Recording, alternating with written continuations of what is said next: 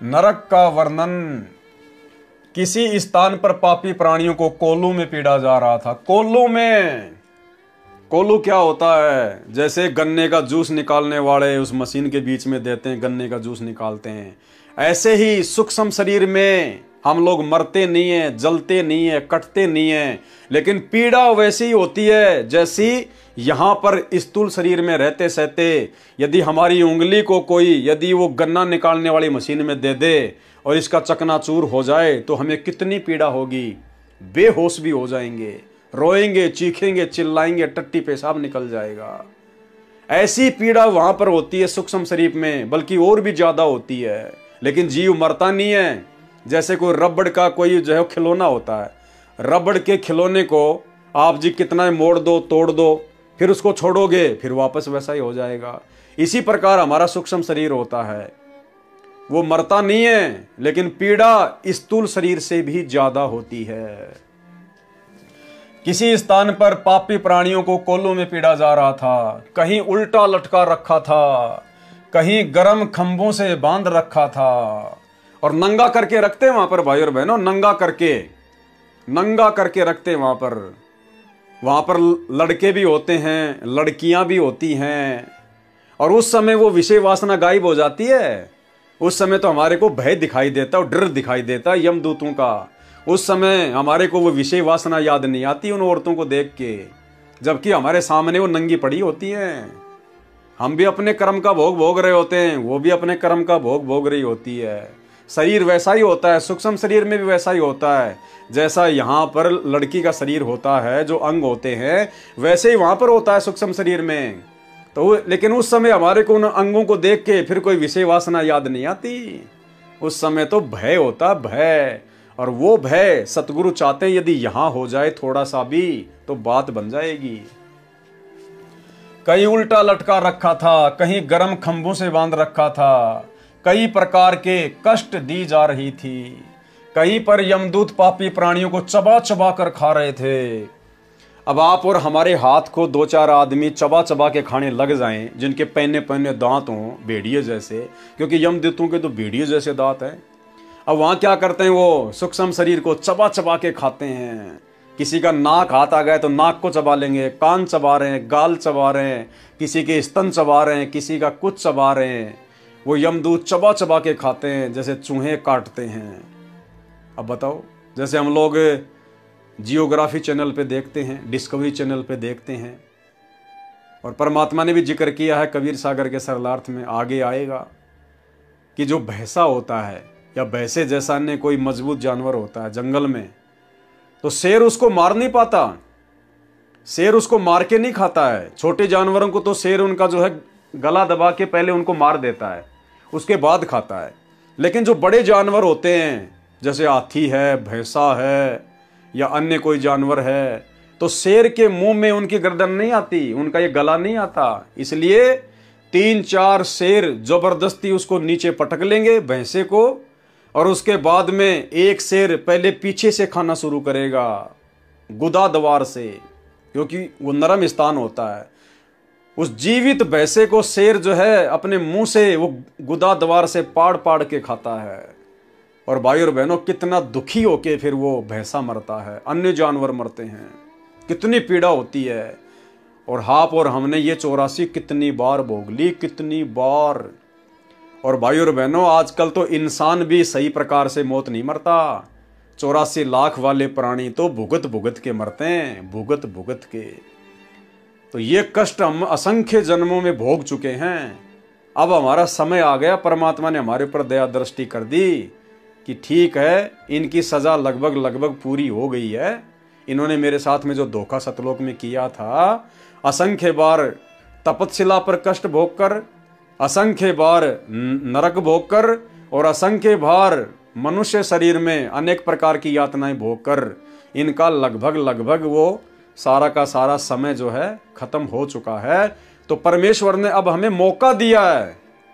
Final नहीं है कि ले जाएंगे, जाना तो आप और हमारी इच्छा पे होगा। क्या कहा परमात्मा ने कि जैसी तुम्हारी इच्छा, जबरदस्त इच्छा, प्रबल इच्छा, सतलोक से वहां के सारे सुख छोड़कर इस काल के साथ आने की यहां पर बनी थी। मेरे कहने के बावजूद भी तुम लोग वहां पर मेरी बात नहीं मान रहे थे। ऐसी ही प्रबल इच्छा आज तुम्हारी वापस सतलोक जाने की बनेगी। और सतलोक से तो तुम सुखों को छोड़ के आए थे, यहां तो नकली सुख हैं।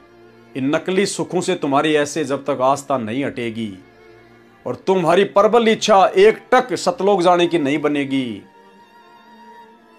तब तक ये बात नहीं बनने वाली है।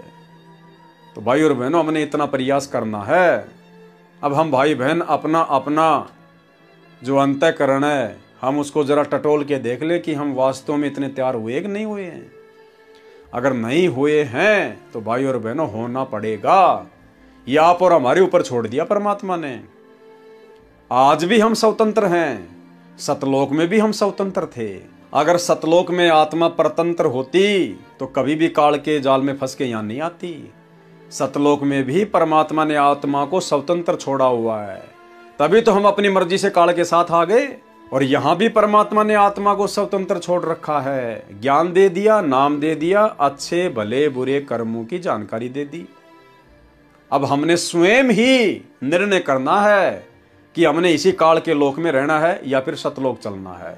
सतलोक चलना है तो फिर पूरी आस्था सतलोक में लगानी पड़ेगी। आधा अधूरा काम अगर परमात्मा देखेगा तो फिर यही छोड़ देगा।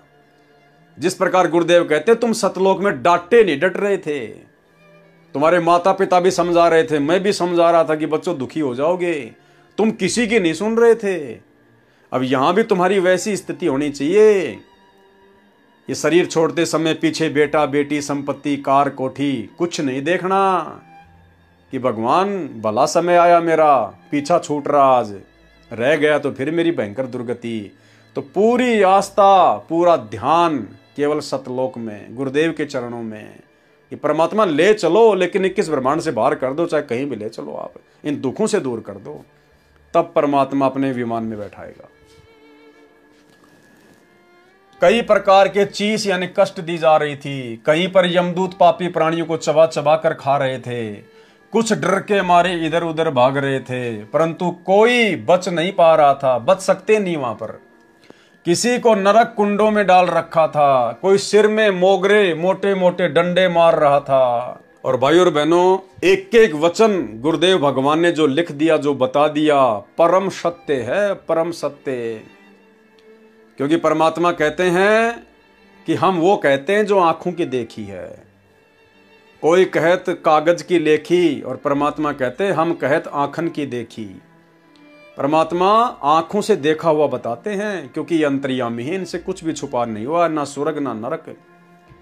तो मोटे मोटे डंडों से यम के दूत मारते हैं, जहां लग जाए वहीं पर। कोई सिर में मोगरी मोटे मोटे डंडे मार रहा था, 84 नरक कुंड बने हैं। ये दृश्य आंखों देखकर राजा व्याकुल हो गया।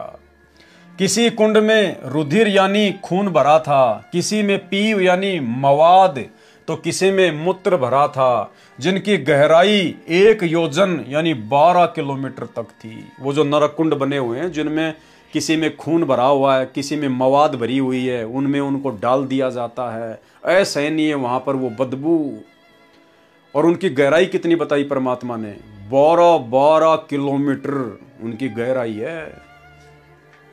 तथा 4 योजन 48 किलोमीटर डायमीटर, 48 किलोमीटर चौड़ाई और 12 किलोमीटर गहराई उन नरक कुंडों की। किसी तो कुंड में आग जल रही है इतने लंबे चौड़े क्षेत्र में, किसी के अंदर बदबूदार खून भरा पड़ा है, उसमें ठोक दिया जाता है, किसी में मवाद भरी पड़ी है, किसी में कुछ है। और 4 योजन तक दुर्गंध जाती है। 4 योजन तक 48 किलोमीटर तक तो उसकी जो है बदबू जाती है। सोचो वहां क्या हाल होगा। इन 4 कुंडों का तो ये वर्णन है। 5वें में अग्नि जल रही थी, बहुत जीव उसमें जल रहे थे। ये बहुत लंबा चौड़ा है, गहरा है। राजा अमर सिंह उस नरक को देखकर भयभीत था, कुछ बोल नहीं पा रहा था। जो झूठ बोलकर स्वार्थ पूर्ति करता है, अब किन किन आत्माओं को क्या क्या सजा दी जाती है। जो झूठ बोलकर स्वार्थ पूर्ति करता है, यानी किसी को ठगता है, झूठ बोलता है, उसकी जीभ काट रखी होती है। वहां पर यम के दूत उसकी जीभ के टुकड़े टुकड़े कर देते हैं, वो चिल्लाता है। जो झूठी गवाही देता था उसको सांप की जीभ लगा रखी थी। जो झूठी गवाही देता है, हम भक्तों ने किसी की गवाही नहीं देनी है भाई और बहनों। बाढ़ में जाए, जो जैसा करेगा अपना पाएगा, ना सच्ची ना झूठी। हमने किसी के परपंच में नहीं पड़ना भैया, हमें नहीं पता, आप जानो, तुम्हारा काम जाने। अब ये दास जेल में रह के आया और दास ने जब FIR देखी, वकील ने जब मुझे वो पर्चा दिया, तो उसमें 18 लोगों ने मेरे खिलाफ गवाही दे रखी है। चलो हमारे बाप की गवाही तो हमें समझ में आती है, वो तो लीला कर रहे हैं, खेल खेल रहे हैं। और अन्य जो 17 लोग हैं उन्होंने मेरे खिलाफ गवाही दे रखी है झूठी। सतलोक आश्रम के लोगों ने, 5-7 भक्तों ने झूठी गवाही दे रखी है कि साहब इस पवन दास ने सोशल मीडिया पर हमारे से आश्रम खोलने की कहकर पैसे मांगे थे और मेरे खाते में उन्होंने, किसी ने 5,000 डाल दिए, किसी ने 4,000 डाल दिए, और ये कहा कि पवन दास ने हमारे से आश्रम खोलने के नाम पर पैसे मांगे हैं। यानी जैसा मैनेजमेंट वालों ने उन भक्तों को कहा, और वो सारनामी भगत है जिनको मैं जानता भी नहीं, उन लोगों ने जबरदस्ती मैनेजमेंट के कहने पर मेरे खाते में 5-5 हजार रुपए डाल के और मेरे खिलाफ झूठी गवाही दे रखी है। सारनामी भगत है, जिनमें एक तो वकील ही है जो मेरी हाजिरी लगवाता है, मैनेजमेंट का ही वकील। बताओ, भगत है वो, वकील है, और मेरे खिलाफ झूठी गवाही दे रखी है जबरदस्ती 5,000 रुपए डाल के मेरे खाते में, कि इसने हमारे से आश्रम बनाने के नाम पे पैसे हड़पे हैं। अब बताओ, इस दास ने कभी आप लोगों से 10 साल हो गई किसी आश्रम बनाने के नाम पे कोई पैसा लिया क्या? तो भाई और बहनों, इन लोगों को अब क्या होगा आगे चल के? ये तो परमात्मा उनके विषय में लिख रहे हैं जिनको ज्ञान नहीं होता, और जिनको सतगुरु मिल गया, जिनको परमात्मा ने तत्व ज्ञान दे दिया, उसके बावजूद भी भेड़ चाल में और झूठी गवाही दे रहे हैं। सोचो भाई और बहनों, इनके साथ में क्या बनेगी। जो झूठी गवाही देता था उसको सर्प की जीभ लगा रखी थी। जो निर्दोष को मारता है उसकी पिटाई हो रही थी। जो स्त्री अपने पति को छोड़कर पर पुरुष के पास जाती है उसको नरक में अग्नि में जलाया जाता है। यानी आग के मनुष्य जैसे पुतले से बांध दिया जाता है। यदि कोई पुरुष पर स्त्री गमन करता है तो उसको नारी जैसे अग्नि खंभ से बांध दिया जाता है। नारी जैसा, औरत के जैसा शरीर होता है, लोहे को गरम, भयंकर।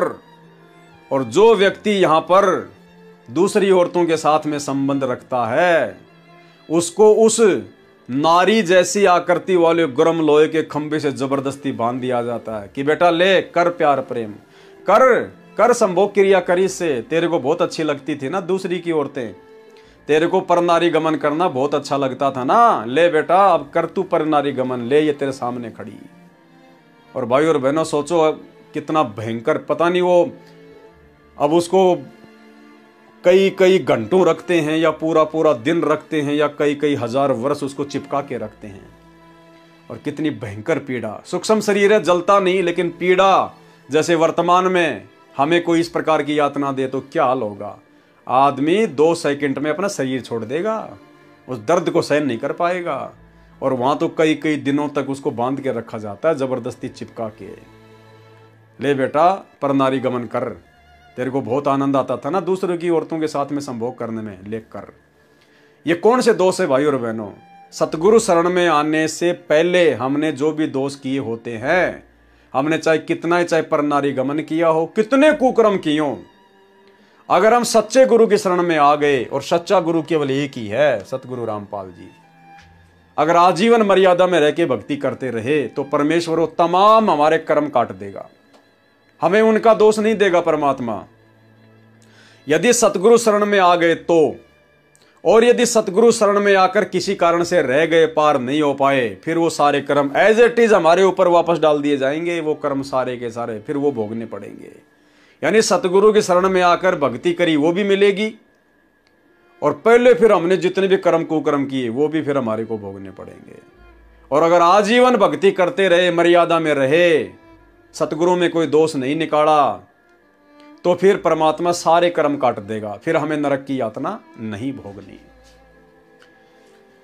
उसको नरक में अग्नि में जलाया जाता है, यानी आग के मनुष्य जैसे पुतले से बांध दिया जाता है। यदि कोई पुरुष पर स्त्री गमन करता है तो उसको नारी जैसी अग्नि खंभ से बांध दिया जाता है। अन्य अपराधियों को अन्य प्रकार की यातनाएं दी जा रही थी। गिद्ध पक्षी, काग, कौवे पक्षी उनको नोच नोच कर खा रहे थे। जो नर नारी शराब पीते हैं उनको गरम तेल पिलाया जा रहा था। गरम तेल, जिसके फ़ारेनहाइट का, जिसके सेल्सियस का कोई पता नहीं, कितना गरम तेल वो सूक्ष्म शरीर में उनके मुंह में डाला जाता है। ले पी शराब। उनको कुष्ठ रोग लगता है। फिर पृथ्वी के ऊपर भी उनको 84 लाख प्रकार के प्राणियों के शरीरों में कष्ट तथा मानव जन्म में भी भिन्न भिन्न कष्ट कर्मानुसार भोगने पड़ते हैं। वो वैसे वाला वीडियो आपने देख लिया। फिर 84 में भी इस प्रकार के कष्ट भोगने पड़ते हैं उन्हीं कर्मों के कारण। राजा अमर सिंह नरक देखकर चित्रगुप्त के लोक में दूतों के साथ आया। वहां पर परमेश्वर कबीर जी सिंहासन पर विराजमान थे। राजा भयभीत होकर परमेश्वर कबीर जी के चरणों में सिर रखकर बहुत दुखी मन से कहने लगा कि हे प्रभु, मेरी रक्षा करो, मुझे बचा लो। नरक की कथा सुनकर धर्मदास भयभीत हो गया तथा कहा कि आगे और बताओ परमेश्वर। परमेश्वर कबीर जी ने बताया कि जो पुण्य करता है उसको स्वर्ग में भेज दिया जाता है और जो पाप करता है वह नरक में कष्ट भोगता है। दोनों प्रकार के कर्मों को भोगने के पश्चात अन्य प्राणियों के गर्भ में कष्ट, फिर जीवन भर कष्ट भोगना पड़ता है। इस चक्कर में काल ने जीव को फंसा रखा है। परमेश्वर कबीर जी धर्मदास जी को सुना रहे हैं कि रविसुत यानी यमराज का एक सुंदर पार्लियामेंट हाउस है। उसमें यमराज का सिंहासन बीच में है, सामने खाली जगह है। 3 और यम के गण यानी यमदूत अकड़ के साथ अपने अपने आसनों पर बैठे होते हैं। अन्य सिंहासनों पर वेद शास्त्र के कर्ता वक्ता ऋषि मुनि जैसे पाराशर ऋषि और व्यास आदि सब ऋषिगण शरीर त्याग कर यमराज के कार्यालय में जाते हैं। वहां यमराज की सहायता करते हैं, पाप पुण्य का हिसाब कराते हैं। जितने जीव यानी मनुष्य मृत्यु के पश्चात वहां जाते हैं, सब मिलकर जीवों का पाप पुण्य का निर्णय करने में सहयोग देते हैं। ये सब काल के नौकर हैं, अपनी आंखों हमने देखा है। भाई और बहनों, क्या संकेत कर रहे हैं परमात्मा? अपनी आंखों हमने देखा है। जबकि कथा तो वहीं की चल रही है ना, फिलहाल तो वहीं बैठे हुए हैं यमपुरी में। फिर भी क्या लिख रहे हैं गुरुदेव? अपनी आंखों हमने देखा है, यानी संकेत कर रहे हैं गुरुदेव भगवान कि नालायकों, मैं ही हूं वो परमेश्वर जो राजा अमर सिंह को वहां पर लेके गया था। उसको नरक दिखाया तुम वर्तमान बिचली पीढ़ी वालों को सत्यता से परिचित करवाने के लिए। अपनी आंखों हमने देखा है। धर्म अधर्म का यथावत निर्णय सब मिलकर करते हैं। यह सब काल की सेना है। यह धर्मदास चित्रगुप्त प्रत्येक मानव के जीव के साथ रहते हैं। फिर वे अपना सारा लेखा जोखा यानी अकाउंट मुख्य चित्र तथा मुख्य गुप्त को गुप्त जीव के साथ वाला गुप्त सर्व लेखा बायोडाटा देता है।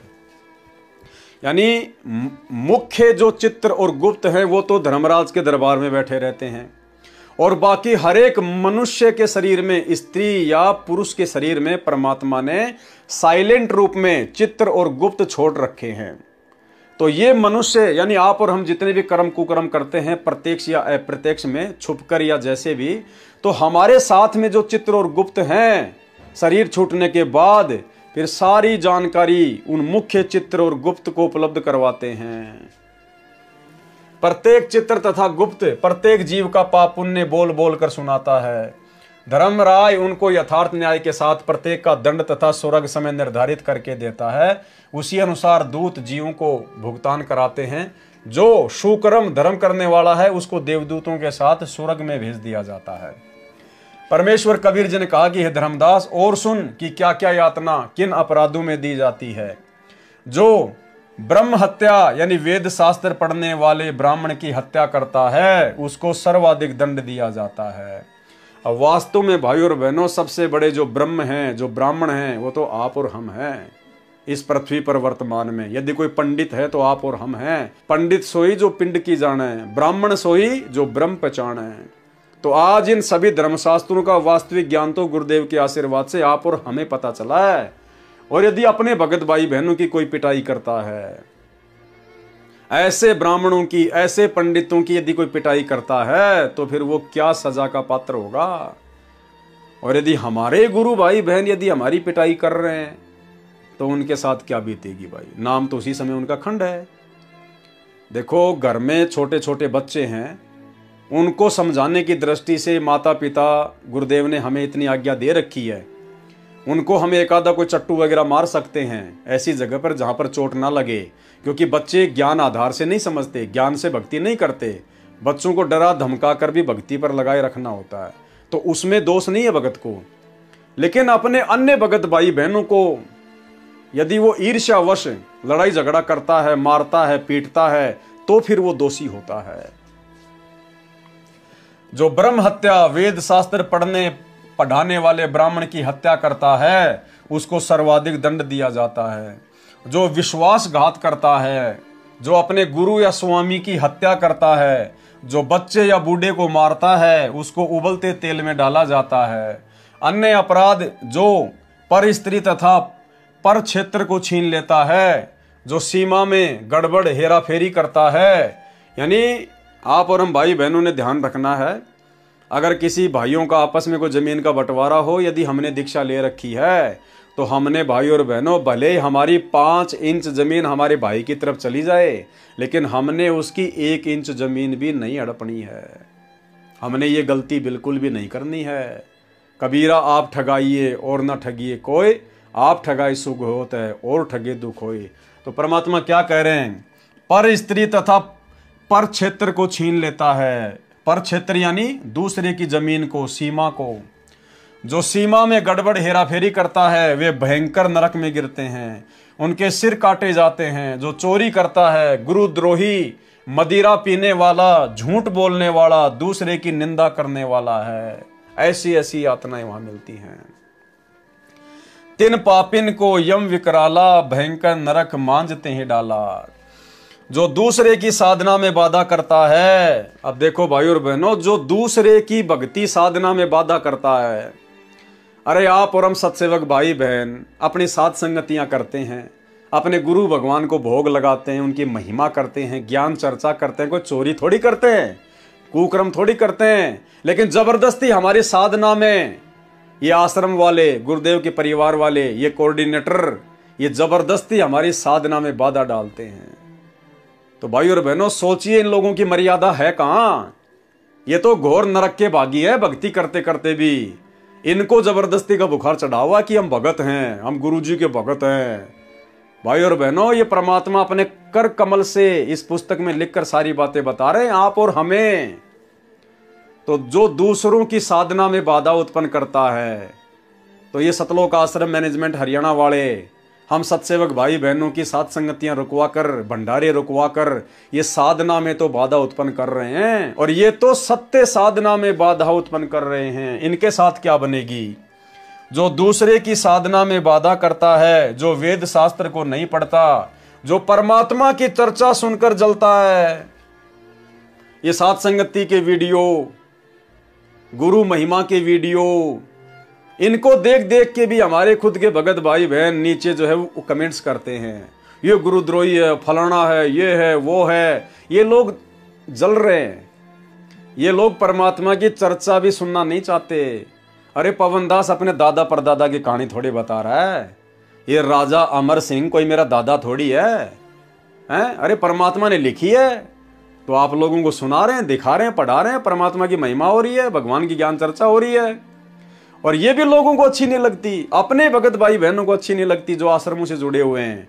तो क्या कह रहे हैं यहाँ परमात्मा, जो परमात्मा की चर्चा सुनकर जलता है, औरों का मन भी विचलित करता है, तरह तरह की बातें लिख देता है, कोई कुबोल बोल देता है, दूसरों को भ्रमित करता है, औरों का भी मन विचलित करता है, वह शाकट व्यक्ति है, उसके तन को नरक में सूअर खाते हैं।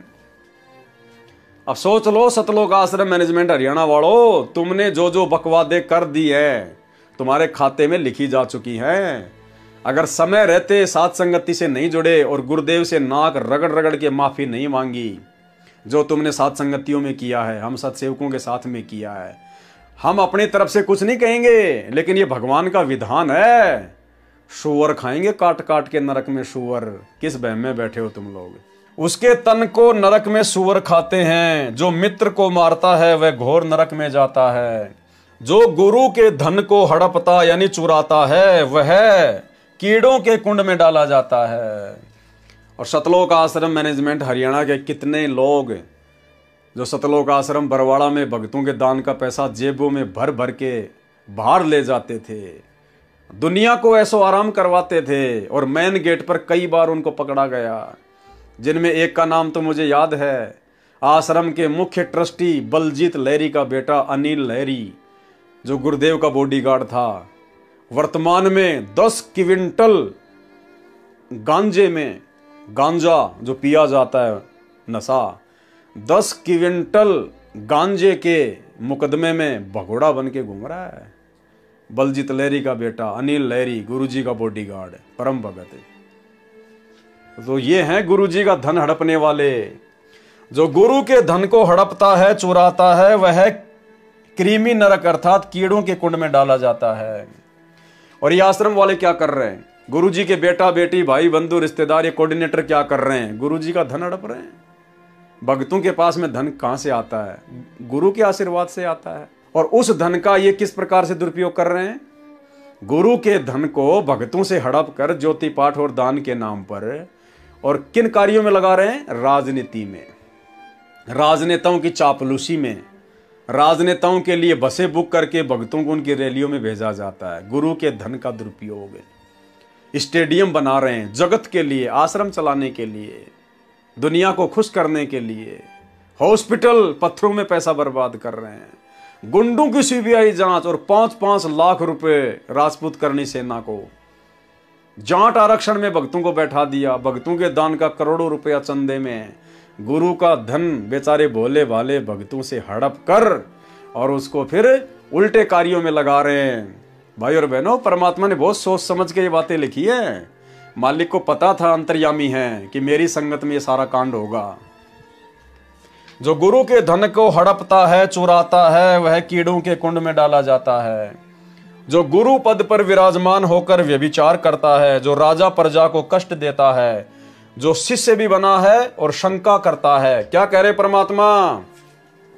जो शिष्य भी बना है और शंका रखता है। ये बातें जानबूझकर लिख रहे हैं गुरुदेव कि यदि आपने मुझे अपना गुरु बना रखा है और यदि तुम्हारे मन में कोई शंका है मेरे प्रति, और शंका क्या भाई और बहनों? महाशंका है। सत्सेवकों को छोड़कर 90% संगत जो आश्रमों से जुड़ी हुई है, गुरुजी के प्रति महाशंका। ये लोग गुरु को परमात्मा नहीं मानते। इनको शंका है कि गुरु तो वो है दाढ़ी मूंछ वाली कबीर जी की फोटो, वो है कबीर। संत रामपाल जी थोड़ी कबीर हैं। संत रामपाल जी तो कबीर के दास हैं। उनको तो कबीर ने भेजा है। हमारे गुरुजी तो खाली गुरु हैं, संत हैं, परमात्मा थोड़ी हैं। परमात्मा तो दाढ़ी मूंछ वाले कबीर जी हैं। तभी तो जून के महीने में हर साल उस दाढ़ी मूंछ वाली फोटो का ये प्रकट दिवस मनाते हैं। तो ये सबसे बड़ी शंका, अपने गुरु को लेकर सबसे बड़ी शंका। तो परमात्मा कह रहे हैं गुरु भी बना रखा है, शिष्य भी बना है और शंका भी करता है। नरक में जाके गिरेगा, नरक में जाके। आप और हम सत्सेवकों को परमात्मा ने किस किस प्रकार से और किन किन कुकर्मों से बचाया है। भाई और बहनों, अभी भी हमारी भी आंखें बंद हैं। ये 7 संगतियां परमात्मा का एक बहुत बड़ा मिशन है। ये परमात्मा का यथार्थ 13वां कबीर पंथ है। देख लीजिए, जो जो बातें आपको पढ़ाई जा रही हैं, बताई जा रही हैं, आप सत्सेवक भाई बहन सबके ऊपर बिल्कुल पाक साफ हैं। और हमारे खुद के भगत भाई बहन जो आश्रमों से जुड़े हुए हैं, वो इसमें फिट बैठ ही नहीं रहे इसमें फिट। गुरुजी पे शंका उनको। अरे जिनको ये नहीं पता कि भगवान कौन है, भक्ति क्या खाक करोगे? 30 साल हो गए संत रामपाल जी की शरण में आने के बाद, आज तक तुम्हें ये पक्का पता नहीं है कि वास्तव में कबीर कौन है। आज भी तुम दाढ़ी मूंछ वाले कबीर जी के कागज के टुकड़े वाली फोटो को तुम भगवान मान के पूज रहे हो। अपने गले में लॉकेट में डाल के घूमते हो। घर में दरबार में लगा रखा है। जून के महीने में उसका प्रकट दिवस मनाते हो, उसको भोग लगाते हो। तुम्हें तो शंका ही शंका है। तो ऐसे भी कहां जाएंगे? जो शिष्य भी बना है और शंका रखता है, जो न्यायाधीश होकर पक्षपात करता है, वे घोर नरक के भागी बनते हैं। जो बिना देखे किसी में दोष निकालता है उसकी आंखें यमदूत फोड़ते हैं। साथ संगति की वीडियो देखते नहीं, पवन दास का नाम सुनते ही आग बबूला हो जाते हैं, जानते कुछ है नहीं। परमात्मा कहते हैं यमदूत फिर तुम्हारी आंखें फोड़ेंगे कि नालायक उस समय अगर आंख फाड़ के देख लेता साथ संगति की वीडियो तो आज हमें तुम्हारी आंखें ना फोड़नी पड़ती। भाई और बहनों, सारी चीजें परमात्मा एक एक बात वो लिख रहे हैं जो वर्तमान में संगत में घटनाएं घटित हो रही हैं। जो बिना देखे किसी में दोष निकालता है उसकी आंखें यमदूत फोड़ते हैं। जो परतीय यानी परत्रिया की इच्छा करता है, दूसरे की औरत की इच्छा करता है या दूसरी औरत की जो इच्छा करता है, देव गुरु और धर्मशास्त्रों की निंदा करता है, उनको पहले लोहे की पैनी कीलों पर बैठाकर ऊपर से सूलों वाले मोगरों से जख्म यमदूत करते हैं। जो अपनी स्त्री को बिना वैराग्य के त्याग देता है या स्वयं अन्य स्त्री से लगाव करने के लिए अपनी स्त्री में दोष निकालकर छोड़ देता है, जो वैराग धारण करके अपनी स्त्री को त्याग जाता है तो वह दोषी नहीं होता। परंतु परमात्मा के वैराग में अपनी पत्नी को त्याग दिया फिर अन्य से लगाव लगा लिया, वे व्यक्ति नरक में डाले जाते हैं। जो व्यक्ति अपनी औरत को त्याग देते हैं दूसरी औरत में आस्था करके, वो घोर नरक के भागी। फिर परमेश्वर ने बताया कि जो व्यक्ति परमात्मा के लिए यदि अपनी औरत से वैराग्य कर लेता है वो दोषी नहीं होता भगवान का, क्योंकि उसने अपने आत्मा के कल्याण के लिए छोड़ा है। लेकिन जो व्यक्ति परमानेंट घर ही छोड़ के भाग गया परमात्मा की भक्ति के लिए, वो तो शास्त्र विरुद्ध मनमाना आचरण हो गया, उसकी भी सजा मिलेगी। परमात्मा के लिए, परमात्मा के वैराग्य में अपनी औरत को छोड़ना क्या है? उसी घर में रहना है, बच्चों के साथ में रहना है, जैसे आप और हम रह रहे हैं, अपना काम धंधा कर रहे हैं। लेकिन हमने परमात्मा के प्रेम में, उनकी भक्ति के लिए, अपने आत्मा के कल्याण के लिए हमने अपनी औरत से वैराग्य ले लिया, यानी हमने विषय वासनाओं से दूरी बना ली। बाकी उसी परिवार में रह रहे हैं, भाई बहन का संबंध है, बच्चों के लिए अपना काम धाम भी कर रहे हैं, सारा काम कर रहे हैं, भक्ति भी कर रहे हैं। तो गुरुदेव ने बताया कि उसमें दोष नहीं है। और जो वैसे ही अपनी औरत को छोड़ के भाग गया भगवान के नाम पे, या फिर अपनी औरत को छोड़ के फिर किसी दूसरी औरत से अपना जो है वो दिल लगा लिया, फिर वो परमात्मा के घोर दोषी हैं। ध्यान से पढ़िए। जो अपनी स्त्री को बिना वैराग के त्याग देता है, बिना वैराग के, बिना परमात्मा की भक्ति में ध्यान लगाए या बिना परमात्मा की वैराग्य के जो अपनी औरत को त्याग देता है, या स्वयं अन्य स्त्री से लगाव करने के लिए अपनी स्त्री में दोष निकालकर छोड़ देता है, जो वैराग धारण करके अपनी स्त्री को त्याग जाता है तो वह दोषी नहीं होता। जो वैराग धारण करके अपनी आत्मा के कल्याण हेतु जो स्त्री को त्याग देता है, लेकिन यहां पर स्त्री को त्यागने का मतलब है स्त्री के साथ में शारीरिक संबंध बनाना, उनको त्यागना, विषय वासना को त्यागना, तो फिर वो परमात्मा का दोषी नहीं होता, तो वह दोषी नहीं होता। परंतु परमात्मा के वैराग में अपनी पत्नी को तो त्याग दिया, फिर अन्य से लगाव कर लिया, वे व्यक्ति नरक में डाले जाएंगे। अब जैसे किसी भगत ने अपनी औरत को तो त्याग दिया कि भाई मैं शारीरिक संबंध नहीं बनाऊंगा, मुझे ज्ञान हो गया, और कुछ दिनों बाद में किसी दूसरे की औरत के साथ में शारीरिक संबंध बना लिए, उससे लगाव कर लिया, फिर वो परमात्मा का भयंकर दोषी है। वे व्यक्ति नरक में डाले जाते हैं। उनको कितना समय नरक में भोगना पड़ेगा कहने में नहीं आता। भाई और बहनों, ये विशेष संदेश गुरुदेव आप और हमें दे रहे हैं सत्सेवकों को, क्योंकि परमात्मा के वैराग्य में भाई बहन के जो संबंध बनाए जा रहे हैं वो केवल साध संगतियों में बनाए जा रहे हैं। और गुरुदेव भगवान अंतर्यामी हैं।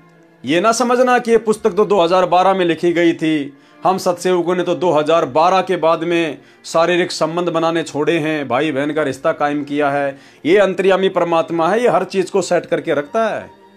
ये स्पेशली आप और हमारे लिए है, ये सत्सेवकों के लिए, कि यदि तुमने अपनी औरत से तो वैराग्य ले लिया, भाई बहन का रिश्ता बना लिया, बहुत अच्छी बात है अपनी भक्ति के लिए। अगर तुमने उसके बाद अपनी किसी दूसरी गुरु बहन से शारीरिक संबंध बनाने की या अन्य किसी औरत से लगाव लगा लिया, रमेणी करने की सोच बैठा, तो बेटा फिर उसके बाद तेरे साथ क्या बढ़ेगी?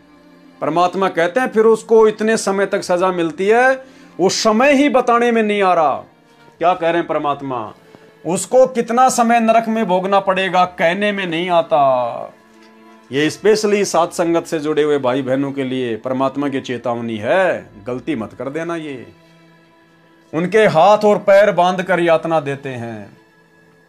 चित्तर तथा गुप्त तो पुण्य पाप लिखते हैं, धर्मराज उनका न्याय करता है। अमर सिंह बोध पृष्ठ 82 तथा 83 पर भी पाप करने वालों को और क्या क्या कष्ट नरक में दिया जाता है बताया है। बुद्धिमान को संकेत ही पर्याप्त है। गुरुदेव कह रहे हैं इतना सब कुछ बता दिया, अब संकेत ही काफी है।